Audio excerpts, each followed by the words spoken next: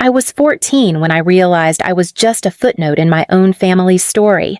It wasn't a sudden epiphany, more like a slow, bruising awareness that settled into my bones over years of birthday mornings forgotten, soccer games with no one in the stands, and empty chairs at parent-teacher conferences. My sister, Chloe, was the golden one, the miracle child after Mom had a difficult miscarriage. She arrived like a ray of light, and I was the flicker they stopped noticing once the sun came up. Chloe had it all: private tutors, violin lessons, a new phone every year, and a room that looked like something off a Pinterest board. Me? I shared a room with the laundry and was told hand-me-downs build character. I didn't mind at first. Not really. I told myself they just had to work harder after Chloe was born, that I was older and stronger and didn't need as much. But it's hard to ignore the contrast when you're riding a beat-up bike to school and your sister gets dropped off in a chauffeured Audi for violin recitals she never even practiced for. My dad used to say, "We're raising 2 kids, not a competition." But it always felt like a contest I didn't sign up for. One where the judges had already decided the winner before I even stepped onto the stage. Then came the Christmas before Chloe turned 18.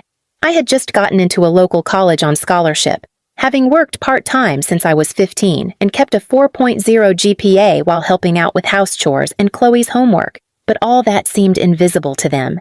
That morning, I woke up early, out of habit, not excitement. I wasn't expecting much. A card, maybe. A new hoodie if I was lucky.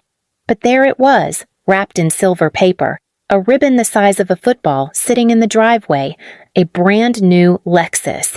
I didn't even need to ask. Chloe screamed and ran toward it like she was auditioning for a commercial. My parents followed with beaming faces, snapping photos, and telling her to pose with the bow. I stood behind the curtain of the living room window, watching, waiting, hoping like an idiot. Eventually, Dad turned around and said, "We didn't forget you." He reached into the garage and rolled out a bicycle, a used one, with a flat tire. "You can ride this to your college classes." It wasn't the car. It wasn't even the bike. It was the sentence that came next. "You're more practical anyway. Chloe needs something flashy to get to her internship. You don't care about that stuff." Right. I didn't care. I bit down hard on the inside of my cheek and nodded. "Thanks," I said. I spent the rest of the day holed up in the attic, watching the snow fall through a small circular window, wrapping my disappointment in silence like it was a gift I never asked for but had to pretend to love. But in that silence, something cracked open. Not a breakdown, more like a blueprint. I started planning, quietly, methodically. Every "you're stronger" or "you're used to less" became fuel. I took more shifts at the campus bookstore, learned coding on the side, and launched a side hustle fixing people's broken websites. When I wasn't studying or working, I was learning. Taxes, investments, flipping used tech, buying into stocks everyone else laughed at. I graduated early, with honors. Chloe? She dropped out of her internship because it was too stressful and took a gap year. My parents still didn't notice.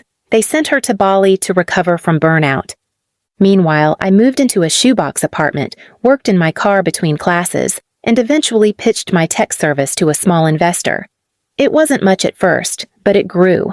Slowly, steadily. The quiet, invisible grind I'd honed for years suddenly bloomed into a business worth noticing. And I made sure the first person to notice it was me. By Christmas of my senior year in college, things had changed, radically. I didn't ride that bike anymore. I didn't need to. I drove something else now.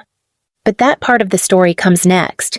Christmas morning came again, exactly 1 year later, but this time I didn't wake up in a cramped apartment with snow leaking through the window panes. I woke up in a high-rise suite overlooking the skyline, floor-to-ceiling glass windows and underfloor heating warming the life I had built from scraps they left behind. My company had just secured a 6-figure contract with a global cybersecurity firm. I had 5 employees, a growing reputation, and a custom-ordered Bentley Continental GT waiting downstairs, a reward I gave myself the day I signed my first $1 million deal. It wasn't about the money. It was about no longer needing to knock on locked doors hoping someone would let me in. But this Christmas, I had decided I would go back home. Not because I missed them, but because I wanted them to see. I didn't call, I didn't text, I just drove. The roads were quiet, dusted in soft snow, and the drive felt like floating through a forgotten chapter of my past. When I pulled into the same driveway where they once gave my sister a Lexus and handed me a used bicycle, the garage door was open. The same broken lawn chair sat inside. The same old bike hung crooked on the wall. Chloe's Lexus was nowhere to be seen. Apparently, she had wrecked it last summer and blamed the brakes. My parents covered it under their insurance and let her borrow their SUV. She had since moved back in after the stress of travel became too much to handle. My mom now referred to her as a delicate soul. I walked to the door, knocked, and waited. Dad opened it. His eyes flicked to the car parked behind me, a black Bentley that shimmered against the white snow. He blinked, confused. Is that a rental? I just smiled. No, it's mine. Chloe came down the stairs in designer pajamas, my guess, another gift from them. Oh, wow, she sneered. Did you win a contest or something? I laughed.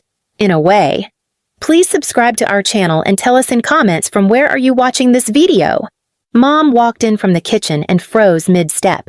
She held a mixing bowl in one hand and in the other, the same look of pleasant disappointment she'd always worn when looking at me. But this time, it cracked. What are you doing here? She asked. I didn't answer right away. I just looked around the living room, still decorated the same, the tree stuffed with color-coordinated presents. I spotted one with my name on it, probably socks, maybe a mug. I thought I'd bring my gift this time, I said, reaching into my coat pocket and pulling out a white envelope. What is it? My dad asked warily.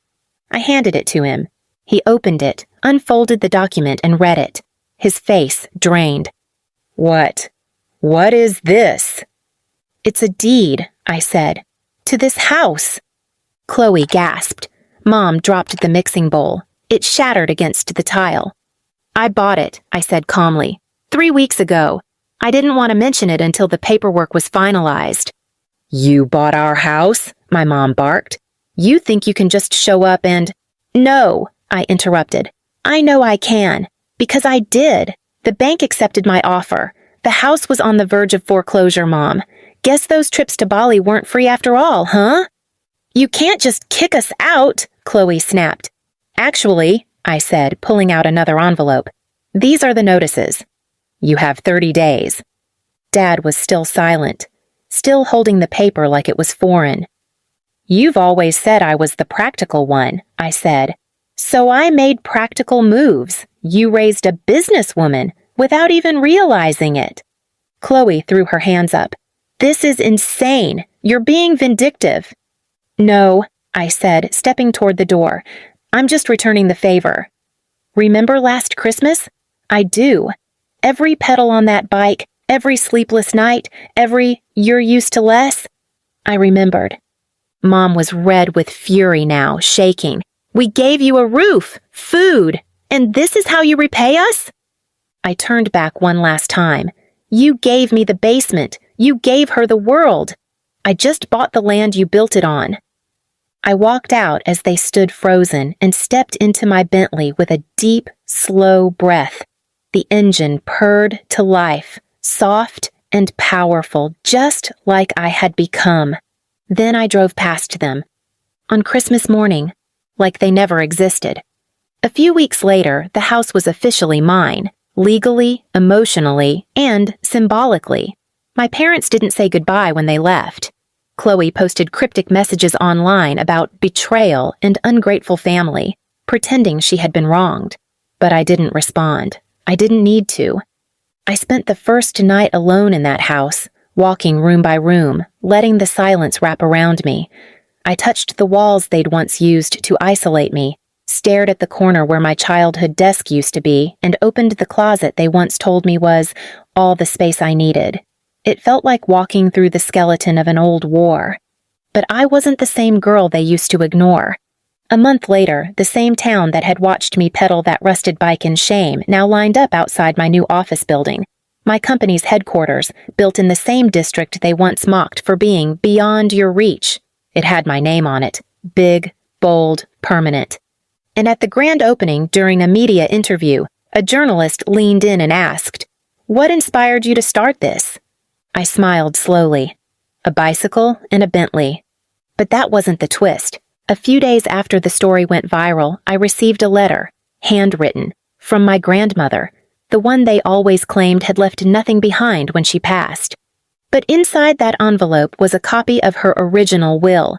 It clearly stated, "My savings, stocks, and jewelry shall go to my first grandchild, the one who always made the effort to visit, even when no one else cared." Enclosed was the account number. 7 figures. They had lied. They always knew. And now, all that inheritance? Already transferred, already invested, already mine. Just like the justice they never saw coming. Please subscribe to our channel and tell us in comments from where are you watching.